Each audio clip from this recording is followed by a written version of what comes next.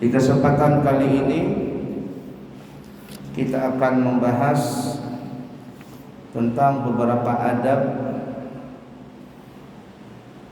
di dalam membaca Al-Quran. Karena bulan Ramadan adalah bulan yang diturunkan Al-Quran. Syahrul Ramadan alladzi unzila fihi Al-Quran hudan linnasi wa bayyinatin minal huda wal furqan. Bulan Ramadan adalah bulan diturunkan Al-Quran sebagai petunjuk bagi manusia dan memberikan keterangan dan juga memisahkan, membedakan yang mana yang benar dan yang mana yang batil. Kalau kita membaca Al-Quran, maka kita mesti memenuhi beberapa adab-adabnya agar kita mendapatkan pahala membaca Al-Quran itu lebih besar lagi, lebih banyak lagi. Dan insya Allah yang kita harapkan bukan hanya membaca Al-Quran, tetapi juga bisa mengkhatamkan dan mengamalkan isi kandungan Al-Quran. Adab-adabnya sangat banyak sekali di dalam membaca Al-Quran. Yang pertama, ketika kita membaca Al-Quran, maka kita mesti ikhlaskan diri kita pada saat kita membaca, yaitu semata-mata mencari ridha Allah Ta'ala.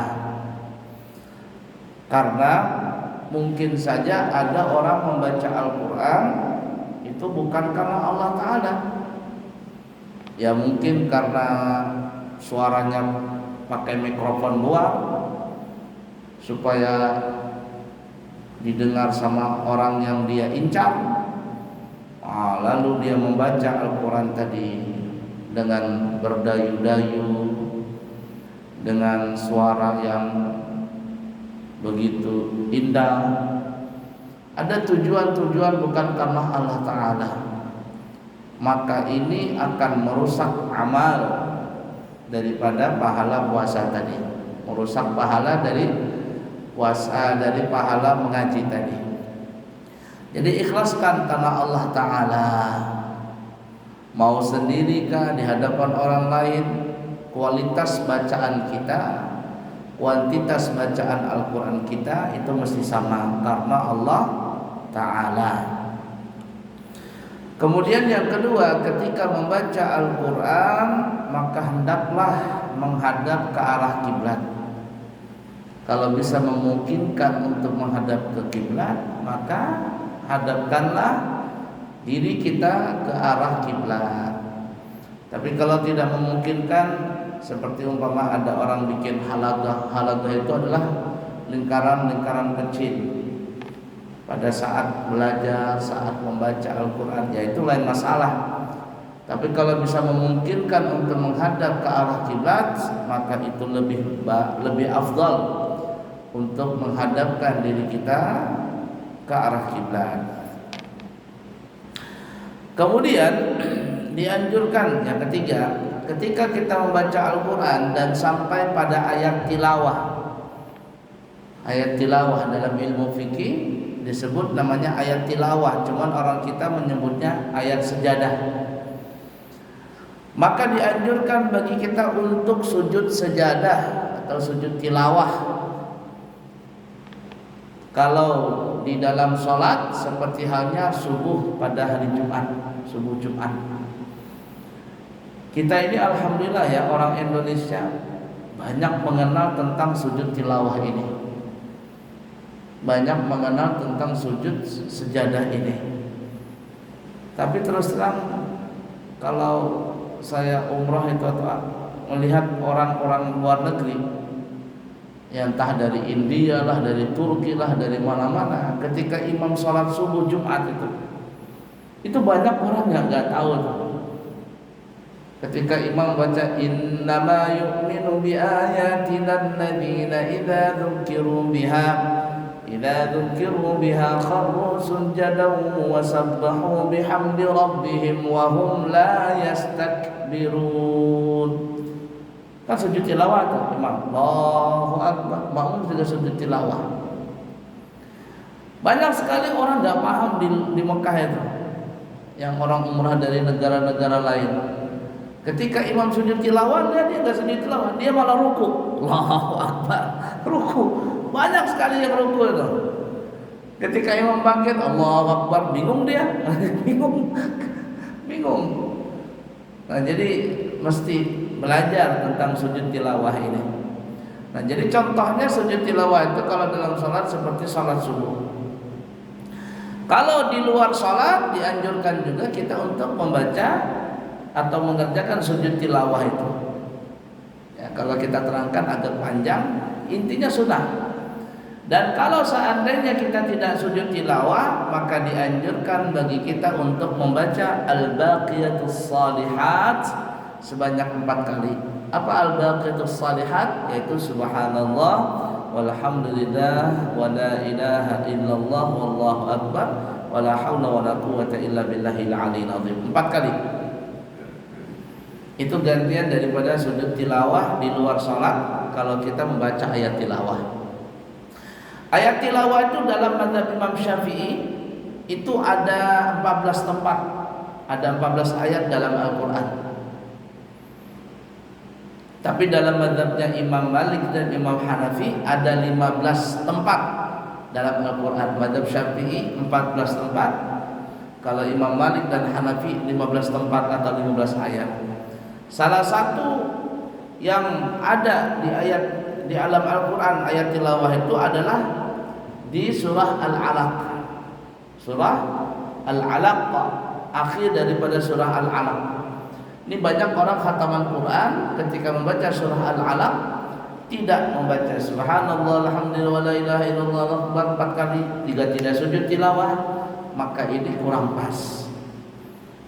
Iqra bismi rabbikal ladzi khalaq khalaqal insana min 'alaq iqra wa rabbukal akramul ladzi 'allama bil qalam 'allamal insana ma lam ya'lam kalla innal insana la yatagha, sampai habis, sampai di akhir surah wasjud waqtarib.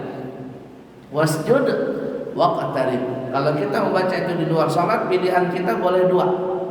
Pilihan kita memilih salah satu dari 2. Yang pertama sujud tilawah, yang paling afdal. Yang kedua adalah membaca subhanallah alhamdulillah la ilaha illallah allahu akbar sebanyak 4 kali. Dan itu sangat dianjurkan sekali untuk mengerjakan salah satu tadi.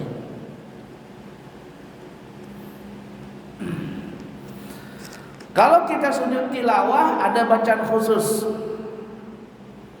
Yang sering dibaca orang adalah sajadah wajhiya lilladzi khalaqahu wa sawwarahu wa syaqqa sam'ahu wa basarahu bihaulihi wa qudratihi fatabarakallahu ahsanul khaliqin. Itu yang paling afdal pada saat sujud tilawah. Kalau tidak hafal, maka boleh membaca subhanahu bil a'la wa bihamdi sebanyak 3 kali. Baiklah ya. Kemudian kita lanjutkan. Adab yang keempat pada saat membaca Al-Quran adalah merenungi daripada ayat yang sedang dibaca. Bahasa kitanya tadabbur. Afala yatadabbaruna al-Quran. Surah An-Nisa 82, ayat 82 surah An-Nisa. Apakah mereka tidak mentadabburkan Al-Quran? Dalam surah Shad ayat 29 juga disebutkan, Kitabun anzalnahu ilaika mubarakun liyatadabbaru ayatih. Dan Al-Quran itu kami turunkan kepada engkau wahai Nabi Muhammad mubarakun, yang ada mempunyai keberkahan. liyatadabbaru ayati, supaya mereka mentadabburkan ayat-ayatnya, memikirkan, mentadabburkan ayat ini. Jadi kalau istilah tadabbur itu kepada Al-Quran, tapi kalau tafakkur kepada alam. Ada orang zaman sekarang sekolah ya, sekolah apa gitu ya, SDIT atau SMPIT, katanya tadabbur alam. Sebenarnya kalau masalah alam itu bukan tadabbur, tapi namanya tafakkur. Nah, kalimat tadabbur itu di Al-Quran. Tadabbur itu bahasa kita memperhatikan, mengamati, menghayati, itu namanya tadabbur. Tadabbur. Nah, jadi kalimat tadabbur itu kepada apa namanya? Al-Quran. Tapi kalau kepada alam namanya tafakkur. Memikirkan alam, keindahan alam. Kemudian di situ mengingat bahwa semua itu adalah ayat-ayat tanda kebesaran Allah. Karena ayat-ayat Allah, tanda-tanda kebesaran Allah itu terbagi dua. Ada namanya ayat yang tersurat, yaitu Al-Quran. Ada ayat yang tersirat. Tersirat itu masuk dalam hati. Sirat tersirat di dalam hati, yaitu alam tadi. Alam. Nah, orang yang banyak masuk ke agama Islam, yang mereka dapat hidayah dari Allah, bukan karena kepingin menikah, kepingin kawin baru masuk Islam. Kan banyak orang masuk Islam gara-gara mau kawin. Saya berapa kali mengislamkan orang, hampir rata-rata bisa dikatakan 80% yang diislamkan itu apa? Mau kawin baru masuk Islam. Hanya mungkin 20% yang ibarat kata orang masuk Islam itu karena memang hasil tafakkur tadi. Dia ada memikirkan tafakkur, memikirkan alam ini. Kok bisa begini ya, bisa begini ya. Datang dari mimpi dan seterusnya, lalu dia bisa masuk Islam. Ada juga hasil tadabbur. Diberikan hadiah Al-Quran dari temannya, dia baca per ayat begitu kan ya. Dia lihatin, perhatikan ini ayat Al-Quran tadi. Dia perhatikan, tadabbur namanya. Setelah tadabbur Al-Quran, memeriksa Al-Quran, mengamati agama Islam, lalu hasilnya dia masuk Islam. Nah itu ya, jadi ke Al-Quran namanya tadabbur, kalau ke alam namanya tafakkur. Memikirkan ayat tadi. Dan ini kalau orang yang memikirkan Al-Quran, mentadabburkan Al-Quran, bacaannya itu, kualitas bacaannya itu lebih meresapi dan bisa sampai masuk ke dalam hati dan bisa merubah daripada akhlaknya dia. Jadi begini ya, ada namanya adab, ada namanya akhlak. Kita sering mendengar kan seperti ini, kita belajar namanya adab membaca Al-Quran. Ada adab, adabul Islam, adab dalam agama Islam, ada juga akhlak fil Islam, akhlak di dalam agama Islam. Mungkin sepintas kita mungkin sama itu, sama kayak tadi tafakkur sama tadabbur. Padahal kalau dipikirkan, diperhatikan beda. Tadabbur merenungi Al-Quran, tafakkur merenungi alam. Sama juga dengan adab dan akhlak. Walaupun mirip-miripan, tetapi beda. Kalau adab itu adalah tingkah laku yang baik yang dihasilkan dari belajar. Itu adab. Kita belajar kitab ini, kita baca kitab ini, bagaimana adab membaca Al-Quran, bagaimana adab masuk dalam WC, keluar WC, ya, belajar adab di dalam masjid. Belajar kita itu adab-adab tadi, maka kita lalu melakukan atau mengamalkan adab tadi, itu yang disebut adab. Adab berasal dari belajar. Tapi kalau akhlak ini adalah perilaku seseorang yang dihasilkan, akhlak baik yang dihasilkan dari ibadah. Dari ibadah. Karena dia rajin ibadah, maka timbullah akhlak yang baik. Sebagaimana Allah menyebutkan dalam Al-Quran, Innas salata tanha 'anil fahsya'i wal munkar. Sesungguhnya salat itu mencegah seseorang daripada perbuatan keji dan perbuatan mungkar. Artinya kalau ada orang yang benar-benar melaksanakan sholat, sunnah-sunnahnya, tata caranya, dia benerin tuh sholatnya tadi.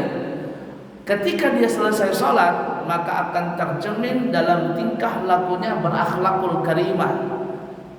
Dia akan mencegah dirinya daripada perbuatan keji dan perbuatan mungkar. Itu hasil dari ibadah sholat tadi. Tapi kalau seandainya ada orang yang sholat tapi akhlaknya tidak berubah, ada orang yang sholat akhlaknya nggak berubah, datang ke masjid sholat juga, tapi tujuannya bukan kepingin sholat, tujuannya ingin mencuri sendal, mencuri senang. Berapa banyak orang seperti itu? Orang sholat tapi suka mencuri, orang sholat suka korupsi, orang sholat pacaran. Anak-anak muda ini ya, sholat taraweh tapi pacaran. Apa hasilnya? Maka ini tidak ada hasil di dalam pelaksanaan ibadah tadi. Itu.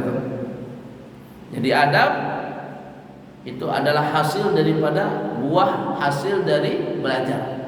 Kalau dia bisa mengamalkan apa yang dia belajar, maka dia disebut muta'addib, orang itu beradab baik. Tapi kalau akhlak adalah orang yang berakhlak baik yang dihasilkan dari ibadah. Sopan santun, tutur katanya jadi baik, mulutnya jadi sopan, ya, rendah diri, tawadhu', apalagi mengalah, pemaaf, itu hasil daripada ibadah tadi. Karena orang yang rajin ibadah, dia lebih kenal kepada Allah Ta'ala, maka Allah akan tanamkan di hatinya itu sifat-sifat yang baik, awsaful mahmudah, sifat-sifat yang baik, berakhlak baik dia itu hasil daripada ibadah tadi. Tapi kalau adab itu dihasilkan dari belajar, ya, dihasilkan dari belajar. Kalau bahasa Inggrisnya adab ini tata cara, ya, tata caranya. Tapi kalau akhlaknya itu karakternya. Mudah dipaham perbedaannya, ya. Baik. Jadi yang keempat, ketika kita baca Al-Quran, renungi Al-Quran tadi. Dan tidaklah seseorang bisa mendapatkan renungan, dan tidaklah seseorang itu bisa merenungi ayat Al-Quran kecuali dia membacanya dengan pelan. Rasanya nggak mungkin kalau orang bisa mentadabburkan Al-Quran kalau bacaannya itu kayak dikejar hantu. Nggak mungkin dapat itu tadabbur Al-Quran. Ya, baik. Yang kelima, membaca Al-Quran dalam keadaan suci, jadi dalam keadaan berwudu. Ini kalau dia membacanya sambil menghafal. Ya, umpama ada orang baca Yasin, ya mal baca Yasin. Yasin wal Qur'anil Hakim innaka laminal mursalin. Walaupun dia tidak megang Al-Quran, maka adabnya adalah dia membaca dengan dalam keadaan berwudu. Dalam keadaan berwudu. Itu sunnah. Tapi kalau memegang Al-Quran, maka bukan lagi sunnah berwudu, tetapi hukumnya wajib berwudu. Kalau megang Al-Quran wajib berwudu, karena disebutkan dalam surah Al-Waqi'ah, Allah berfirman, la yamassuhu illal mutahharun. Itu kalau Al-Quran yang itu begitu tuh. Di sini ada tulisannya la yamassuhu illal mutahharun. Tidak boleh menyentuh Al-Quran kecuali bagi orang yang bersuci. Hukumnya wajib. Madzhabul arba'ah, 4 madhab ini, Maliki, Hambali, Hanafi, Syafi'i. Maliki, Hanafi, Syafi'i, Hambali itu semuanya mewajibkan kalau megang Al-Quran dalam keadaan berwudu. Sepakat itu para ulama. Tidak ada yang mengatakan boleh megang Al-Quran tanpa wudu.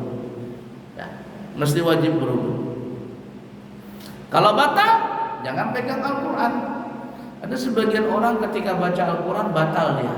bekantut. Lalu ketika mau balik Al-Quran dia pakai gini, pakai lapik gini. Emangnya panci panas atau apa? Nggak boleh juga begini. Ya, ingatin tuh, mesti berwudu kalau memegang Al-Quran. Tapi kalau tidak memegang Al-Quran, menghafal, hukum berwudu itu menjadi sunnah saja.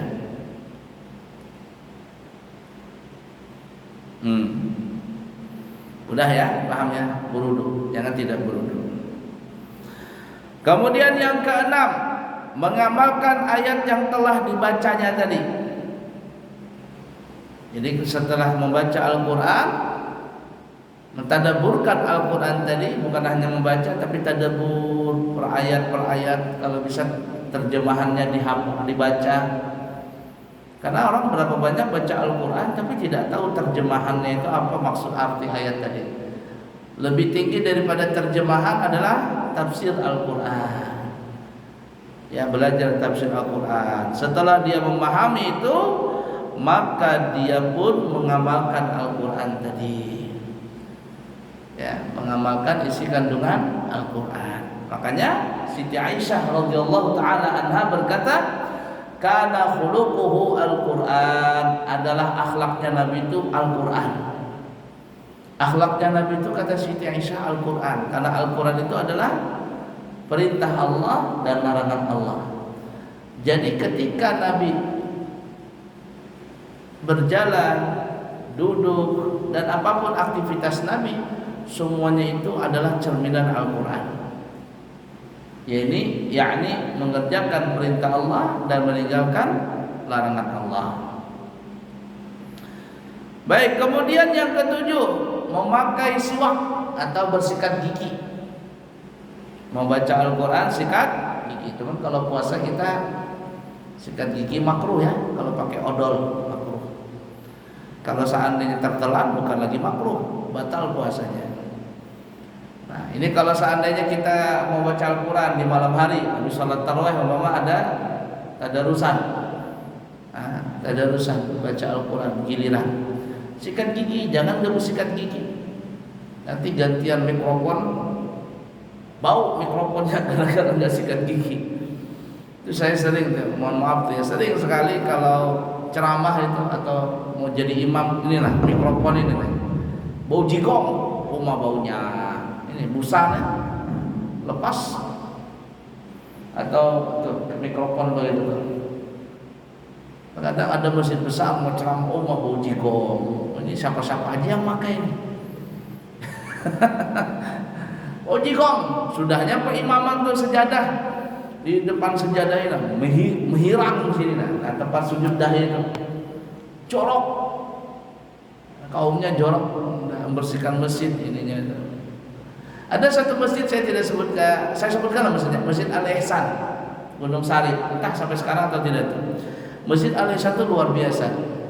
Selama corona sampai sekarang, cuma saya sekarang belum masuk ini, belum karena jadwal bulan Ramadan di sana.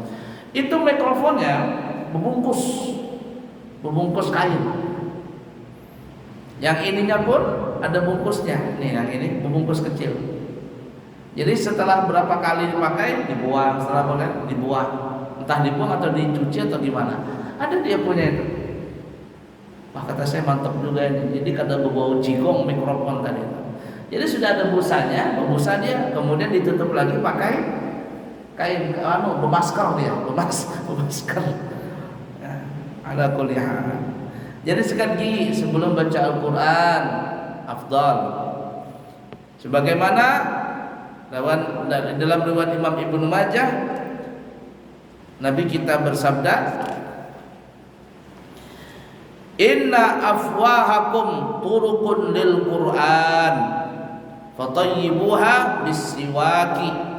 Yang artinya, kata Nabi, sesungguhnya mulut kalian itu adalah jalan untuk keluarnya suara saat membaca Al-Quran. Nih, mulut kita ini adalah jalan untuk melafazkan ayat-ayat Al-Quran tadi, ayat-ayat Allah.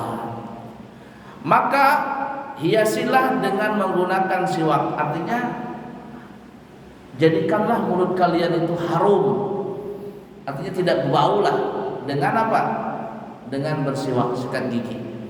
Rasanya nggak batas. Kalau kita baca Al-Quran, mulut kita bau.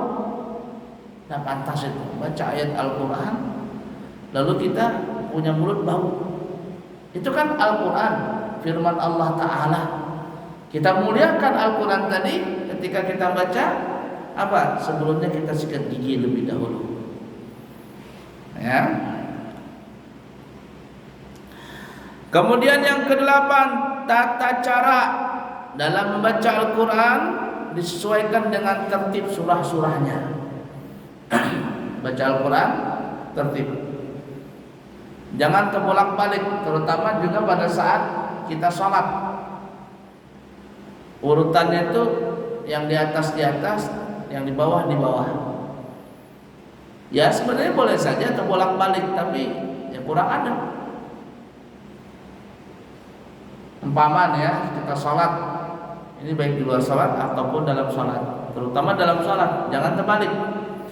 Rakaat pertama setelah Fatihah, urutannya kan tuh yang paling atas adalah surah Al-Alaq umpama. Surah Al-Falaq. Qul a'udzu birabbil falaq. Itu urutannya. Rakaat kedua kita baca An-Nas. Qul a'udzu birabbin nas. Itu begitu urutannya. Atau orang kita terkadang baca ayat rakaat pertama Qul ya ayyuhal kafirun, surah Al-Kafirun. Rakaat kedua surah Al-Ikhlas. Karena urutannya seperti itu. Jangan terbalik. Rakaat pertama surah Al-Ikhlas Qul huwallah, rakaat kedua surah Al-Kafirun, Qul ya ayyuhal kafirun. Terbalik ini. Ya, enggak pas begitu. Nah, itu adab baca Al-Quran. Kalau ada orang jadi imam terbalik bacanya itu, walaupun boleh saja tidak membatalkan sholat, itu kurang pas itu. Ada satu ustaz, saya tidak sebutkan ustaznya, mungkin apakah pernah diundang di masjid ini atau tidak, wallah alam. Cuman ustaz itu termasuk banyaklah jam terbangnya di Balikpapan. Cukup banyak, bukan banyak ya, cukup saja. Waktu medical check up sebelum berangkat umrah kemarin, saya medical check up di rumah sakit Pertamina, kumpul sama ustaz-ustaz, ada beliau. Ustaz gimana? Jadi ustaz ini diundang di salah satu masjid, saya tidak sebutkan masjidnya. Salat maghrib, kemudian sholat isya. Jadi antara maghrib dengan isya ada pengajian ceramah maghrib. Kalau tidak salah waktu sholat isya beliau jadi imam. Beliau jadi imam. Pada saat menjadi imam, rakaat pertama dan rakaat kedua ini terbalik surahnya. Ya ibarat kata itu ya, contohnya rakaat pertama surahnya Al-Ikhlas, rakaat kedua surahnya Al-Kafirun, terbalik dia baca. Padahal gak apa-apa, sah saja. Tapi selesai sholat, pengurus masjid ribut. Ini pengurus masjidnya juga terlalu ekstrim juga. Gak usah lagi undang ustaz itu katanya. Gak usah lagi diundang. Itu ustaznya baca Qurannya saat sholat terbalik-balik katanya. Akhirnya ada laporan ke saya, kata saya jangan juga begitu panitia masjid lah, terlalu tegas banget. Sebenarnya tidak masalah, artinya bukan tidak masalah ya, sholatnya tetap sah. Cuman ya mungkin karena kurang fokus dan sebagainya, ya biasa sekali namanya kesalahan itu biasa, masa tidak boleh salah ustaz juga manusia kan. Tapi akhirnya gara-gara itu sampai sekarang saya lihat di masjid itu nggak pernah lagi ngundang ustaz itu, nggak pernah lagi ngundang ustaz itu. Padahal ustaznya baik, pahamnya ahli sunnah wal jamaah, madzhab Syafi'i. Cuma mungkin karena lupa atau sebagainya dan sebagainya, ya ala kulli hal. Nah jadi seperti itu ya. Orang kita ini kan terkadang terlalu sensitif masalah sunnah. Yang wajib sebenarnya itu yang dipentingkan, tapi terkadang yang wajib itu dianggap biasa, yang sunnah dibesar-besarkan gitu kan. Contohnya juga sholat hari raya itu, terkadang imam itu lupa rakaat kedua membaca takbir 5 kali itu terkadang lupa. Allahu Akbar, langsung Bismillahirrahmanirrahim, lupa dia baca ini.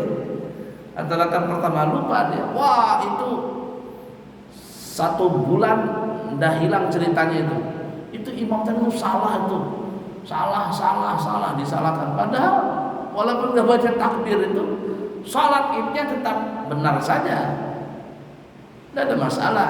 Jadi kalau sudah kelupaan itu, sudah baca Fatihah lupa takbir tadi, rakaat pertama 7 kali kan ya, rakaat kedua 5 kali, lupa itu, salat idnya tetap sah. Cuman karena salat id ini setahun sekali, ketika imam ada tersalah dalam masalah itu tuh 1 minggu 1 bulan di kampung itu aja yang dibicarakan, padahal sunnah saja. Nah, lain halnya ada satu kejadian, saya tidak sebutkan ustadznya, cuman kalau saya sebutkan mungkin bapak-bapak ada yang tahu. Kalau tidak salah ustadz itu pernah juga jadi imam di sini atau ceramah nih. Ustadz itu sering jadi kaum di mana-mana, jadi imam maksudnya. Hafalannya bagus, hafal Quran, suaranya bagus. Saya senang kalau beliau baca Quran, senang. Cuman ada sifat buruknya itu apa? Sok, tahu sok apa? Terlalu banyak aku-akunya. Pokoknya sombong lah ustadz itu. Dan setiap jadi kaum di masjid itu selalu bermasalah dan selalu pindah-pindah. Kenapa? Karena berapapun gajinya kurang terus tuh ustadz itu. Padahal hafal Quran. Ada pernah ustadz itu masuk di Masjid At-Taqwa tahun berapa begitu, saya bilang, wah, di panitia kenapa masuk ustadz ini? Siapa yang masukkan ustadz ini? Kata saya. Dulu waktu itu masih di At-Taqwa, saya masih ada nama lah di situ karena disuruh untuk ngurus-ngurusnya. Kata saya, siapa yang masukkan ustadz ini? Si Anu katanya, wah, ini panitia nggak tahu ustadz ini. Kita kan sama ustadz tahu tuh level-levelnya. Ini bahaya nih ustadz ini. Nah, waktu bulan puasa itu, dia kata orang Banjar Abdul Rauf, tahu Abdul Rauf, diraup semuanya. Nah, setelah itu baru heboh. Oh, ternyata akhlaknya begini begitu. Nah, kata saya, tuh kan sudah dibilangin kemarin. Setelah itu udah lagi diundang di At-Taqwa. Nah, ini ustadz sudah pindah-pindah masjid jadi imam. Kenapa? Karena akhlaknya tidak baik. Padahal dia hafal Quran, suaranya bagus, enaklah semuanya. Saya senang banget kalau beliau jadi imam. Suatu ketika dia ada satu jadi imam di masjid di Balikpapan. Saya tidak sebutkan masjidnya. Pertama orang nggak tahu, masuk ke masjid itu senang orang. Hari berganti hari, minggu berganti minggu, baru kelihatan sifat buruknya si ustadz ini. Sifat buruknya baru kelihatan. Akhirnya masyarakat sudah mulai tidak suka, panitia pengurus masjid, takmir masjid sudah mulai nggak suka. Cuman nggak bisa memberhentikan. Gimana cara memberhentikan ini? Saat itu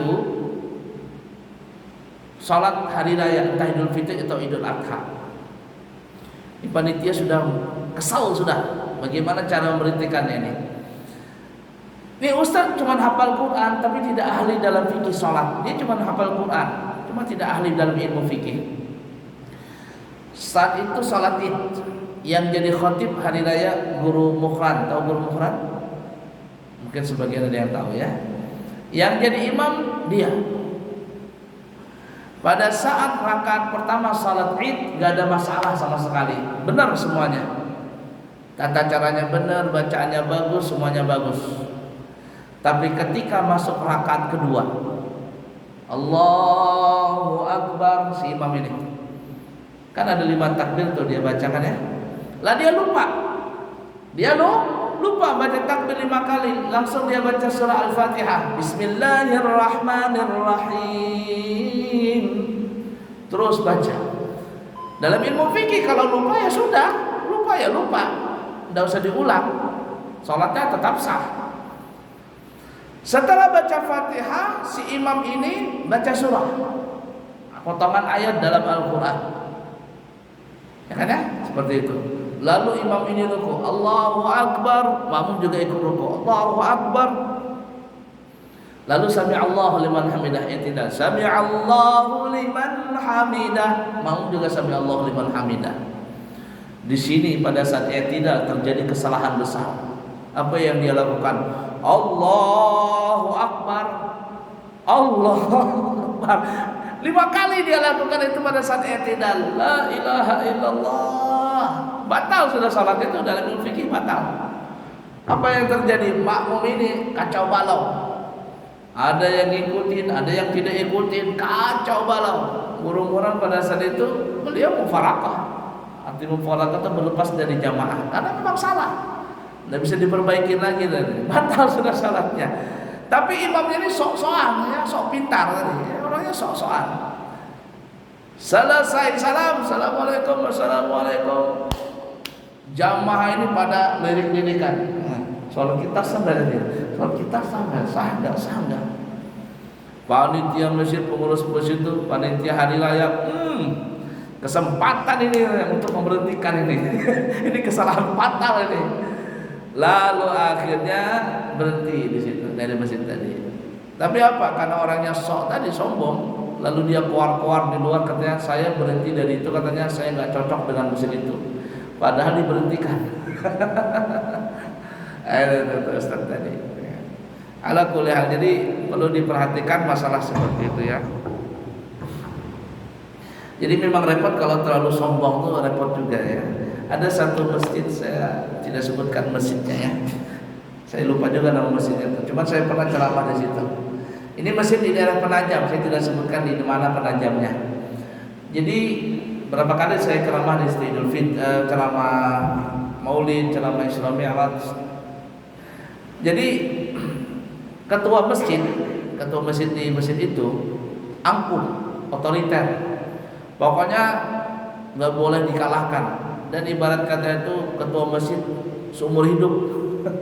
Ketua masjid seumur hidup. Nah waktu itu hari raya, ini pengurus yang lain sudah benci dengan si ketua ini, cuman ya udah bisa diberhentikan. Gimana caranya memberhentikan ini?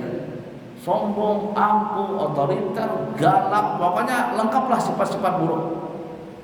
Kalau ibarat sinetron tuh Haji Muhyiddin sama Haji Sulam, angkuh sekali. Waktu hari raya dia yang borong. Oh, dia yang jadi imam, dia yang jadi khotib supaya amplopnya dia juga semuanya dapat. Apa yang terjadi pada saat salat, pada saat khutbah hari raya, Allah ingin memberhentikan dia dengan caranya Allah. Karena sifat buruknya sudah jelek sekali. Ini pengurusnya cerita dengan saya langsung. Ketika dia jadi khatib hari raya, kan manusia itu banyak tuh. A'udzubillahi min dzalik, nasallallahu salamul afiyah. Apa yang terjadi? Tiba-tiba dia sakit perut di atas mimbar tadi. Sakit perut, mepet di mimbar tadi. Perupak, tahambur di mimbar. Dia keluar tuh tercecer-cecer. Tercecer-cecer. La ilaha illallah. Karena sifat buruknya tadi, semua orang ngelihat kelakuannya. Allah ingin memberhentikan dengan caranya Allah. Setelah kejadian itu habis sudah, tidak pernah lagi datang ke masjid. Malu semalu-malunya. Langsung diambil alih sama pengurus yang lain. Nah, itu repotnya kalau orang sok-sokan itu di dalam masalah agama. Nasallallahu salamul afiyah. Baiklah ya, jadi kita tadi katakan yang ketujuh, sebelum baca Al-Quran kita sikat gigi, terutama yang baca Al-Quran pakai mikrofon ganti-gantian. Kemudian tertib baca surahnya.